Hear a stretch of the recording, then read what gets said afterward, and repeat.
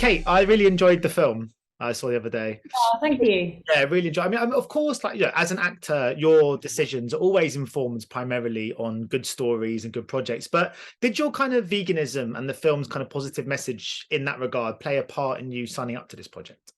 Definitely. I think I actually became vegan because of a movie because I watched Okja. And that's when I decided to become vegan because that film just had a really strong impact on me. So I know that excuse me, from personal experience, films can make an impact on people's lives and choices. And I just loved that it was a comedy and it was set in this kind of mad coffee world. There's my dog. Just being there. Got another one on that side. Yeah, and I felt like it was a really nice way to get a message across because it's positive, if you feel good, you have a laugh, you're in this other world. But then it's nice to be able to have a film that sort of, in a way, even though it's making fun of it a lot of the time, it's set within my ethics as a person as well, and with a really positive, impactful message. So yeah, and I just felt when I got it, I read the script and I was like, I can do this. I feel like this is me in a weird way. Even though she's a little bit more extreme, I was like, I really relate to this character. You're right about films having that impact. I mean, I saw Coffee Wars the other day and I went to a job the following day. Yeah. And they had kind of help sort of like coffee machine that you sort of help yourself. And I had the soy milk latte. Did you? Oh, that's great. Working. Yeah, I was going to say, do you hope Coffee Wars can kind of affect people in the same way Okja did for you? Yeah, I think that's exactly what I was hoping would happen, that the next time someone went to a coffee shop, they'd think about what their choices are. And I think that's what we're living in times where that's really vital.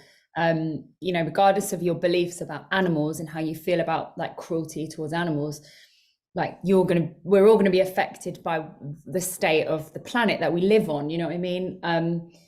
There's no denying that. So one of the greatest things about being vegan is you're living very kindly, but also that it's a really easy, quick way to go, let me contribute in a positive way to some of the problems that we're facing right now, and constantly talking about and constantly worrying about. Going vegan is a really easy way to say, all right, I'm not contributing anymore to this really toxic way of farming that's actually detrimental to the planet and cruel, and you can just kind of opt out. So I think it's really nice to I love hearing that, because that's exactly what I want people to do, is just think about their choices, realize that we have choices, realize that there's options and different ways to live. I mean, not to sort of turn this into some sort of therapy for me, but but I was going to ask your advice in a such stranger, because I'm a meat eater, but in recent really started for the first time in my life to have doubts about that, and I think it's a dog, and I feel so emotionally connected to this animal. I suddenly realized, who am I to eat other animals? And I'm pretty much vegetarian a lot at home now, but I still struggle at plants, I think, sometimes. But I just wondered, can you tell me a bit? Oh yeah. She's hearing you. She's like, I get what you're saying. I totally get what you're saying. She's like, we've got feelings. What's that? Is that a girl? Yeah, Stella. Yeah. Mine's there in the corner. Can you see her? Yeah. The little husky. Oh yeah. Yeah, no, I think you're right. I think I went vegetarian because I got a bunny rabbit, and I loved animals, and I'd always grown up with dogs, and then I got this bunny rabbit, and I just thought it'll just be a bunny rabbit, and then I was like, oh my god, this bunny rabbit has a personality, and I love this bunny, and she's got these spectrum of emotions for this tiny little creature that I just really had underestimated. And so that really was, for me, same thing. I was like, I can't eat animals because I'm thinking only dogs really have emotions and feelings and a connection. But no, it's all animals have personalities, and I think I was vegetarian for about 8 years and I watched some of the documentaries later in that journey, but I denied the veganism thing for a long time. And I was I denied sort of the trouble with the dairy industry for a long time, I think. And then when I watched some of those documentaries, I was like, oh, it gets harder to deny, because you're it is wrong for a mother and baby to be ripped apart just to be like milked over and over and over again, and like produce like children that just get taken away and killed. It's like, what are we doing? Why are we? It's so, we've gone so far away from like the origins of farming and like humans like farming the land. It's like so mass produced, and it seems so unnecessary and so cruel.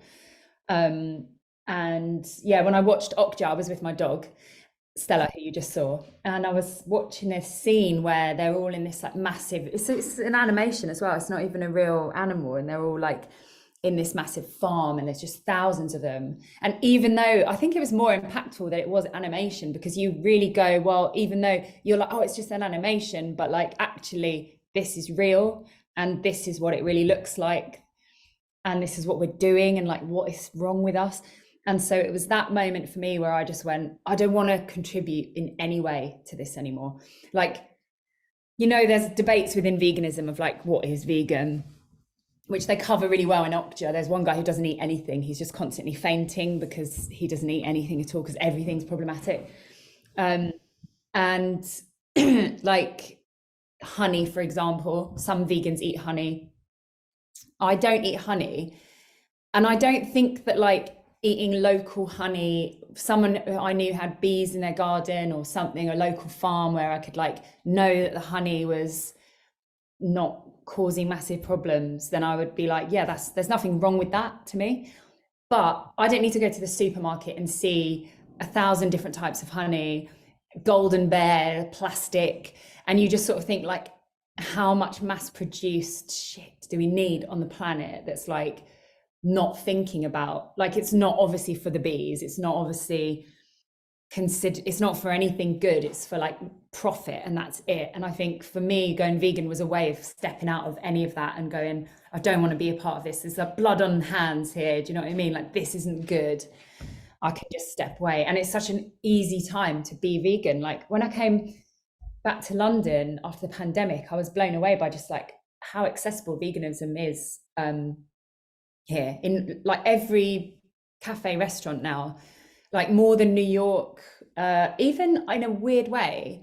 LA has lots of like healthy specific restaurants, but for the masses, and in like every, like you go Morrison's, there's like a vegan section, like Moon's has, you know, like Weatherspoons has a vegan menu. And I just think like that's really great. It's a really easy time to kind of make a switch and just change some of your choices.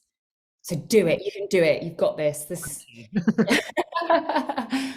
that Moon's on Harrow on the Hill that you were talking about? Yeah. I used to go there. Yeah.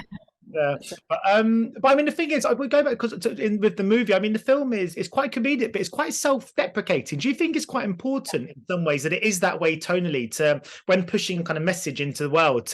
Is it easier to be heard, do you think, in some ways, when it's quite self-deprecating in that way? I think so. I think it's also quite British, isn't it? But with comedy, I think you want, otherwise it's too preachy. It's like if Joe was just like this perfect character who got everything right, like we weren't laughing at her, it's like she'd annoy you. It'd be like, oh, shut up. Do you know what I mean? Like, stop making me feel bad, I'm just trying to watch a film. Whereas because she's kind of putting her foot in it, she's acting, you know, she's like kicking people out, throwing them out of her shop, like that's not like sane behavior, I suppose. Like, she's out there, she's obviously doing this veganism thing in such an extreme way, and her like employees are sort of like pretending to be vegan a lot of the time. And it's sweet because it's like they want to do it for her, like they believe in the cause, but they're not quite like where she is. And then she's obviously like making mistakes and, you know, acting before she thinks, and like also a woman who owns a business and desperate to like not lose that business, and some of the compromises that she has to make clash with her ethics. And I think the fact that we can like, it makes you like her more because she's flawed as a person, and we're kind of laughing at some of this stuff too. I think you can't like a character if it's like only morals. Do you know what I mean? Like I had this thing the other day where I was out with these people, and this one woman was like being really pretentious about meat. She was trying to buy meat, she couldn't like get the meat she wanted, and then someone was like, oh, why don't you try this shop here? And she was like, oh, that is the like really snobby about it, reacted really snobby. And I was like, I'm vegan, but calm the fuck down, because you're being quite rude to the person who's actually just trying to help you find what you want to get. It's all about like being respectful and like not having perspective about the world and people, and you know, not sort of taking this like high road and then thinking that you're better than just like basic courtesy and like being polite. And there's like, it doesn't make you a good person to be vegan. Although I'm saying it's a nice, easy thing to tick off, to be like, how can I do something to help? You can go vegan, but it doesn't mean you can act like a cunt in every other area of your life. And then, you know what I mean? It doesn't just make you nice. Like just because you got a Prius and you're vegan, not better than everyone else. Like. When it comes to being a snob, though, I've got to be honest, I'm very much a coffee snob. And I think as much as this film is obviously about veganism, it's also quite a celebration in some ways about just coffee, which I love. Are you quite a snob? Because it's okay to be a coffee snob. I'm a snob when it comes. I can't do instant. It's okay. It's okay to be a coffee snob, and it's okay to be like an olive oil snob, I think. And my Greek friend taught me that. My friend Brigitte Aphrodite, who's Greek, I was like not into coffee really at all, and then she was like, I can't have that. I cannot have instant. You don't understand. And I was like, oh, what do you mean? And then I got into drinking coffee, and it was sort of irregular. And then my boyfriend he used to drink so much coffee, and I just kind of got into it then. And then like, yeah, you just change, you start to realize the relationship to it and like the difference and just how amazing it can be. And obviously doing the movie, we got to like learn more about it and the culture of it. And we were taught actually by Lama Zocco. We did some like teaching sessions with them about espresso and what goes into an espresso drink and the recipe. And I was really amazed by how much it makes a difference. Do you know what I mean? They were like, well, this is why when you go in a coffee shop and you're like, that was a great coffee, and then you go in another one, you're like, that was not great. It's like, it's a recipe. And we had champions, the Serbian champions of one of the like barista championships worked on our film, and he had a coffee shop called In Bloom. Best coffee I've ever had in my life. Best coffee. It was unbelievable. We'd call ahead, and it was just a pour, you know, we just got the pour over, and it was just like, they'd do it, it'd take like 15 to 20 minutes. We'd call ahead and then walk over there, and it would just be like finishing when you arrived. And it was like, oh my God, it was amazing. I really like the culture of it as well. What's your go-to order then when it comes to? I mean, I will probably be getting like an oat flat white most of the time. But a pour over, if I'm like in a really nice place and I know it's going to be very good, I would like a pour over. Yeah. I'm a double macchiato kind of guy. That's my go-to. Are you double macchiato? I love that. It's got attitude with it, the order as well. It gives you like, you sort of can tell like more about your personality just from saying it, I think. Yeah. Did you practice any kind of coffee art during this? You know, kind of making the swans and stuff. And did you get any good at it? I did practice. I did not get good at it. It is, when I go into coffee shops now and they do anything like a heart, I'm like, wow, this is incredible. Like, you're such a good coffee artist, like great artwork, because it's so hard to do it. Have you ever tried to do it? No, I don't think I'll be very good at it though. I'm not going to lie. You look at them and they make it look so effortless and easy, because they're just sort of like doing this like fluid thing, and they're just kind of making the ripples in the milk. Honestly, mine was just blobs with like a little bit of poke. Like it was, I tried really hard to get good at it, and I just did not have the knack for it. So I'm very impressed by coffee art now. I like the green hair in this as well. Were you tempted to keep that beyond the shoot? And have you ever worked on a project and actually sort of like the style of a character and gone, you know what, I might not that in real life? Definitely. I loved that with Glow. Although sometimes in Glow, some of my stuff was just too outlandish. Like my bangs were like, my fringe was like up here, so I couldn't really take that. But I had to get a fake tan for Glow, and I was so nervous about it. I thought, I'm going to look like such a dick walking down the street. And then actually I was like, I kind of am into this fake tan life. Like different colors of clothes would look better on me, because I've got such pale skin that like I can't wear like peach or anything like that, or like light pinks. But when I was really tanned, that would look really good on me. Yeah, the green hair, my boyfriend is a hairstylist, and he worked on the movie, and we sort of worked together to like figure out, we wanted to go really colorful with the hair, and we thought green because it like has that earthy planet sort of connection, you know, and we just felt like she would be someone who'd have colourful hair, and we had like references like Eternal Sunshine of the Spotless Mind, where the look of the character becomes a part of the movie. And I'm so happy we did it, because the whole movie just went in this like really colourful direction then with the styling, and it is another element of the film that just lifts it, you know. It's so colourful, the film. And actually I loved having green hair. I kept it for quite a few festivals and gigs and stuff that I had afterwards, but I had to go back to red for shooting the 4th season of Glow, yeah, which unfortunately did get cancelled. Just in case anybody thought we finished it, it did get cancelled. We were shooting episode 2 and then COVID happened. Yeah, is there, do you reckon it'll go back to, there's a talk to go back to continue that shoot? No idea. I would love it to go back. I know every single person that worked on it wants it to go back and to be finished, but for, you know, I don't know, until someone at Netflix gets employed who cares about Glow, not happening. So we'll see. Fingers crossed someone like gets up the ladder and like brings us back. In the meantime, it's great to see you in this kind of leading role in a film, though, because I mean, I was a big fan when I was sort of, when I was 18, 19. I remember listening to the night buses home and just loving that. That's great. I wonder, did you back then, you know, back when you were sort of that sort of age, did you have ambitions to go into acting, or was it something that came as a result of performing as a musical artist?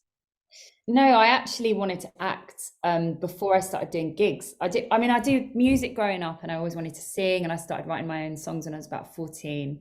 And then I started going to acting classes, and I went to the Brit School at like age 15, 16, and I chose to study theatre there. I applied for the theatre department instead of music. And I'm so glad I did, because I think it like shaped me as a songwriter and a storyteller. But yeah, I wanted to go to drama school or university, and I didn't get into either. And then I, you know, made a MySpace page and started doing gigs, because I was working in Nando's and all my mates were like at university and drama school, and I felt left out. So I wanted to do something exciting. And I started playing gigs, and I was very lucky that my career just kind of blew up during that MySpace era. And then it was quite a few years before I like met an acting manager who basically got in touch with me because her daughter was into my music. And she came to like a show and then read that I was interested in acting. And like, that's how I sort of came back to the acting world later, which was amazing. I remember I found you on MySpace. That's how I first found your music. It was such a good place to sort of find. MySpace is like the freest era of music that there has ever been, I think. So there's no gatekeepers, there's no radio pluggers, there was no playlisters. It was just kids were in charge, which has never ever happened again or before. We're talking about kids. I mean, because obviously, I think we're about the same age. I remember, because I remember when I started listening to music, I was a kind of late teens, and it just makes me thinking. I mean, you've always seemed to have such a good kind of head on your shoulders, and you started so young in the industry. Was it good guidance, a support network that kind of helped you navigate your way around all of that at that age? I wouldn't say I had good guidance from the industry. I'd say I had terrible. The industry's full of like terrible people, unfortunately. Some good eggs, but a lot of bad ones. And she's back. You know, my mum and dad are like my family very grounded. I've got 2 sisters who will put me in my place. My mum is a nurse as well, and I think like growing up with a mother who is like, you know, working on cancer units and working, eventually she was in a hospice giving like palliative care, and that's just a really like good, gives you good perspective, I think. And then I have such great friends. I'm lucky to have like really good friends who I think also just like helped me, you know. I don't know, I just think I also I'm not, yeah, I've definitely been tested. This industry will test you, and like you say that you're one thing, and like the industry will test like, are you really, like, let's see, put your money where your mouth is kind of thing on your like ethical scale. But I feel like I've really learnt who I am through doing this, and I'm glad that I'm someone that I thought I was going to be. But I also think that like it's a scale of like taking your work really seriously, which I do, And I think music saves, and I think music is so important. Arts are so incredibly important for people, and for it to be like diverse amongst people that are able to partake and like make careers out of it. But also you're not really saving lives, you know what I mean? You are getting up there and singing and dancing. So like, calm down, don't take yourself too seriously. You're not like, don't have such an ego. I think that's what I can't stand, is like ego. I just can't stand people with an ego, because it's like, we're not surgeons, we're not giving palliative care, we're like making people feel really good, which is, yes, very important, but don't be a dick about it. That's a good mantra. My final question then before I go, because I just wondered about kind of looking ahead. I mean, I just wondered if do you think about like your next 5 years? Do you set kind of goals on what you want to do and where you want to be in X amount of time, or do you just keep following your instinct and hoping for the best? Yeah, I think it's more about like looking at the year ahead rather than 5 years. There might be like things that you want, but in my job, you're so out of control of that in a way. Like, you can have goals and like things to work towards, but nothing's really a guarantee. So I like to go year by year, or even like 18 months to 2 years, thinking this is what I'm going to be doing this year, and we're going to build up to getting to like here. And like, you sort of then have to reassess like what worked, what didn't. With acting, it's all like, you know, auditioning. And I did make a couple of short films during the pandemic that I wrote, directed and starred in with my like creative partner, Rebecca Johnson from Glow. And that was really exciting. But with a lot with acting, you're like waiting for someone else to give you a green light. And with music, it's definitely about cultivating as much as you can, and just like constantly working towards like the next phase, I guess. Yeah. Whatever the plan's been so far, it's been working pretty well. It's had its ups and downs, but it's going all right. Yeah. Thanks so much for speaking to me today, Kate. It's been a real pleasure. And I hope if we ever do catch up again, hopefully by that point I might be a vegan. If I go to JJ Moon's in Howard Hill, I'll look for their vegan menu this time. You know what? Like, good luck with it, because I was really intimidated by it. When I decided I was going to go, I was like, oh fuck, I'm going to hate this. This is going to be so hard. How am I going to do it? And luckily, actually, I started dating my boyfriend, who was also vegan around that time, so it kind of helped. But like, there's not a lot that you're going to miss, I think. I mean, I don't know, like, see how you go. But when I first gave up meat, I had cravings for meat for a year. And then I walked into a Chinese restaurant and I saw the meat and I was like, oh my God, this is what I would have craved before, was like dead meat to me. And I was like, oh, I really don't want to eat that anymore.